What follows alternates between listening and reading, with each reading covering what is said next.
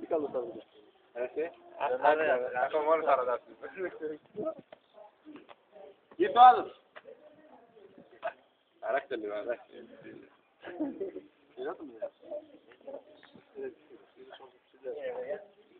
Έλα ρε.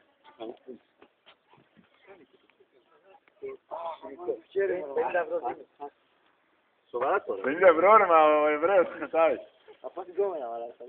Είναι λίγο πολλά για τώρα για αυτή τη στιγμή, γιατί πρέπει να κεράσει και εγώ θα πω το βράδυ. Αλλά το κανονίζουμε. Σοβαρά τώρα. Εγώ και να τιμή συζητήσεων. Δεν έχω δώσει λεφτά. Δηλαδή, άμα θα πάω τώρα να σου πω και πάμε μέσα και δεν ψηφίσω. Αυτό είναι φυσικά. Που με προβληματίζει περισσότερο. Εγώ ξέρετε, γι' αυτό δεν μου λέει εμένα. Ξέρετε τι μου νόπανα, θα πάρω λεφτά και θα πάμε στους άλλους. Μα το φιαλικό αυτό είναι. Θα πάρω λέει και από τους άλλους. Γι' αυτό απολύομαι. Αν ήξερα ότι ήσουν τον μπροστάθρωπο. Γι' αυτό σου λέω. Το σερέι το βρήκαμε. Γι' αυτό δεν έλεγε χαιρέτης. Το ακουμπήσες. Εγώ σου είπα, αν με αφήνας τον ακουμπήσω λίγο από πίσω, εσύ είσαι.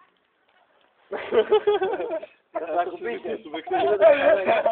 Θα το ζητήσω, θα το κάνω και τσάμπα. Να τον δω πρώτα και μετά. Έλα ρε, εδώ μαζεύονται, λέει έρανος, λέει, για να σου πείσω χάρη, είναι από αναπάσεις. Έλα, είναι να πάσεις. Έρανο λέει. Μια χαρά που 50 ευρώ λέει. Trendy boy.